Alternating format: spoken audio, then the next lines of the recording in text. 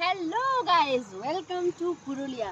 চলে এসো তাড়াতাড়ি, খুব তাড়াতাড়ি আমার সাথে পুরুলিয়াতে।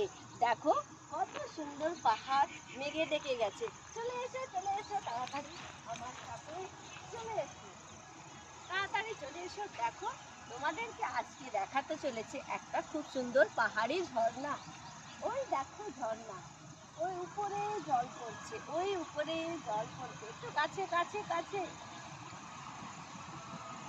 ওই উপরে জল পড়ছে, সেই জল কিন্তু এই নিচ দিয়ে নামছে। দেখো এই পাহাড়ের এই নিচ দিয়ে কিন্তু জলটা নামছে, নেমে একদম নিচে ওইখানে চলে যাচ্ছে খেতে, ধান খেতে চলে যাচ্ছে, ওই দিকে চলে যাচ্ছে নদী হয়ে। আর এটা হচ্ছে আমাদের ঝালদার বিখ্যাত পাহাড়, সেটা হচ্ছে শিখরা পাহাড়। তোমরা জানোই, আমি প্রচুর প্রচুর ভিডিও করেছি এখানে।